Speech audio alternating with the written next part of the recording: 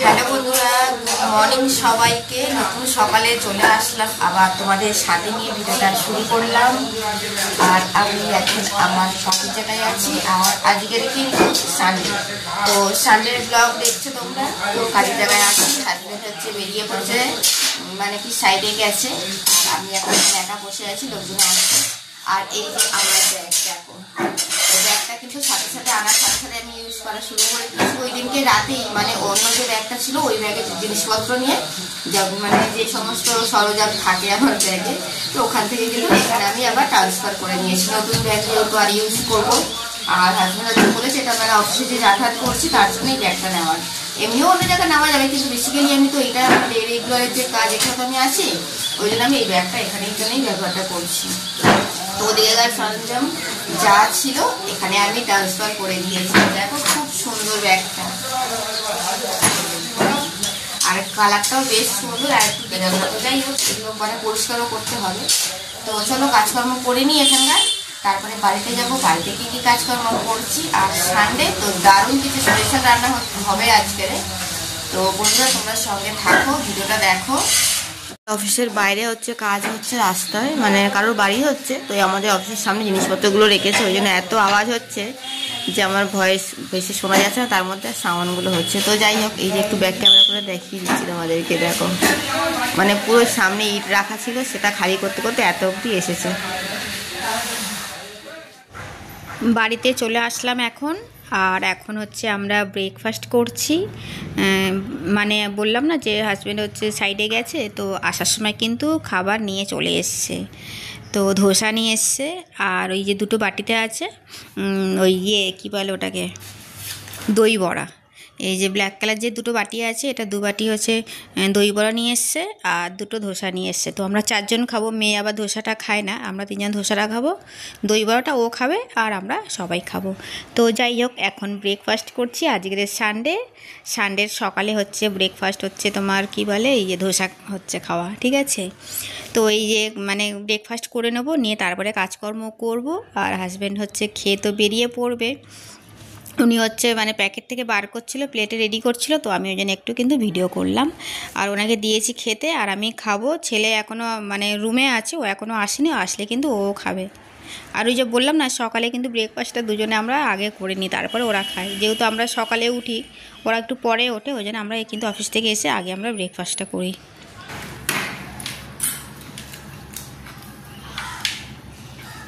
মায়ের ধোসাটা খেতে ভালোবাসে, ধরে বাইরে ডিউটি করতো সবসময় খেতে বসে।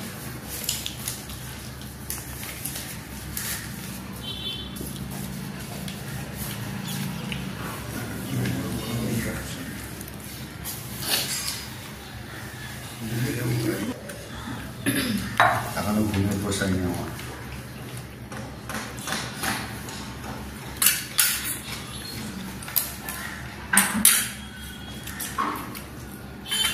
যাবো বাথরুমে। তুমি অনেকটা রেখেছো, কেন এত রেখেছো কেন?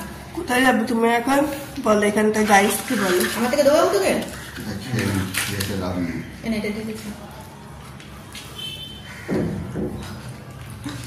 কেন মিষ্টি মিষ্টি ভালোবাসে। বাবাকে বলছি গাইসকে বলতে, করতে যাবে, বাবা বলছে।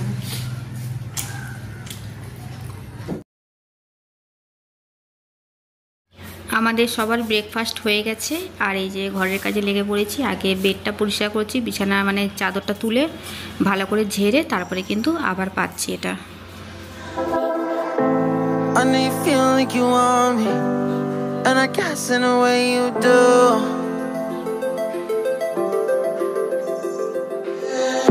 Holding my breath, unraveling emotions. I need some space to think this through. Call me all night long. Try to give you hints and a heart to. আর দিকে এগুলো হচ্ছে মুছে ও গুছিয়ে নিয়েছি। আর এই যে আমার ভ্যালেন্টাইন ডের গোলাপ, তো এটা আমি এইভাবে রেখে দিয়েছি বোতলে করে। গ্লাসে রাখছিলাম, কিন্তু গ্লাসে রাখলে আবার কী বলো তো, এই কী বলো ওটাকে, তোমার গ্লাসে ডান্ডিটার জায়গা হচ্ছে না, ওই জন্য কিন্তু এই বোতলে রেখে দিয়েছি। তো বেশ সুন্দর লাগছে কিন্তু। আর এটা হচ্ছে 2-3 দিন হয়ে গেছে, বেশ টাটকা আর খুব ভালো আছে। এইগুলো যখন ফুটবে আরও ভালো লাগবে দেখতে, আর পুরো ঘরটা একদম মানে সুন্দর একটা সেন্ট ছড়াচ্ছে। তো যাই হোক, এই যে টেবিলটাও মুছে পরিষ্কার করলাম। আর এখানে 2-1টা জিনিস আছে, যেমন এই যে রুমের যে চাবি, এই যে একটা এটা হচ্ছে একটা মোবাইল আর ইয়ারবাস। তো টেবিলটা মুছিয়ে নিলাম। এবার বেশ জামা কাপড় কাচবো, তারপরে হচ্ছে স্নান করব, আর তারপরে কিন্তু রান্না করব। এই জানলাটা খুলি না, এখান থেকে প্রচণ্ড ধুলো আসে, রাস্তার ধারে তো প্রচণ্ড ধুলো আসে, জানলাটা খুলি না, রোদ আসার জন্য খালি একটু পর্দাটা সরিয়ে দিই। আর কিছুদিন আগে কিন্তু এসিটা আমি সার্ভিসিং করেছি, কারণ গরম পড়ে গেছে, এখন এসি ইউজ হবে। এতদিন এসিটা মানে পুরো অফ ছিল, ইউজ করা হয়নি, ওই জন্য কিন্তু এসি সার্ভিসিং করে আবার এসি অন করা হচ্ছে। এসিটা বিশেষ করে আমার ছেলের জন্যে, এখনও সেইভাবে গরম পড়েনি, কিন্তু রেগুলার প্রতিদিন এসি অন করতে হয়। তো এদিকে আমার বিছানা পরিষ্কার পুরো হয়ে গেছে, গোছানো। আর টেডি বিয়ারটা আমার শুয়ে আছে একা। আর এই যে ব্ল্যাঙ্কেট, আর এই চেয়ারে কিছু জামা কাপড়গুলো আছে, এইগুলো গোছাবো। আর বাঙালি বাড়ির এই একটাই নিয়ম, জানো তো, যত জায়গা থাকুক না কেন চেয়ারে ভর্তি থাকবে জামা কাপড়। তো চলো ওগুলো গুছিয়ে নিই। আর আজকের হচ্ছে মাটন রান্না করছি। তো মাংসটা আগে ধুয়ে কিন্তু প্রেশার কুকারে মানে সিদ্ধ করে রেখে দিয়েছি।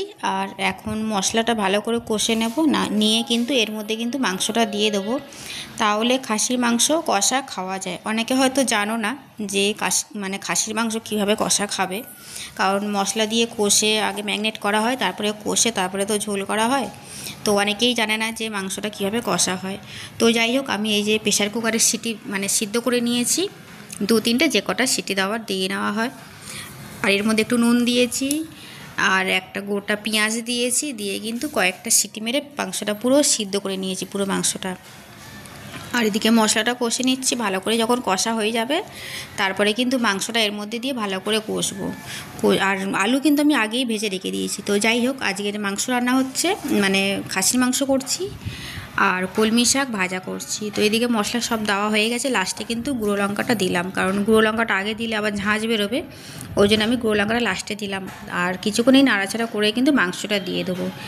আর মাংসটা যেটা মানে সিদ্ধ করা হয়েছে, মাংসগুলো তুলে নেবো, নিচে কিন্তু স্যুপটা থাকে, জানো তো, ওই স্যুপটা সবাই খেতে পারে, আমার ভীষণ ভালো লাগে, আমি খাই, বাচ্চা বড় সবাই খেতে পারে, ভীষণ ভালো লাগে। তো যারা যারা এইভাবে স্যুপটা খাওনি একবার কিন্তু ট্রাই করতে পারো। আর মাংসও কিন্তু এইভাবে একবার বানিয়ে দেখতে পারো, কষা মাংস ভীষণ মানে ভালো লাগে খেতে। মুরগির মাংস তো কষতে কষতে সিদ্ধ হয়ে যায়, তো কষাটা সবাই খায়, কিন্তু খাসি মাংস হয়তো অনেকে জানে, তারা খায়, অনেকে কিন্তু জানে না।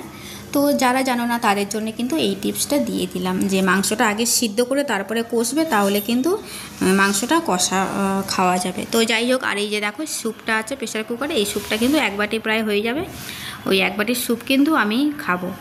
আর আমি রান্না করছি, এদিকে দেখো আমার বড়মশাই হচ্ছে ঘরটা মানে মুছে দিচ্ছে। আজকের রবিবার আছে, উনি কোনো দিন মুছে দেয়, সব রবিবার দেয় তা না, কোনো রবিবার হচ্ছে দেয়।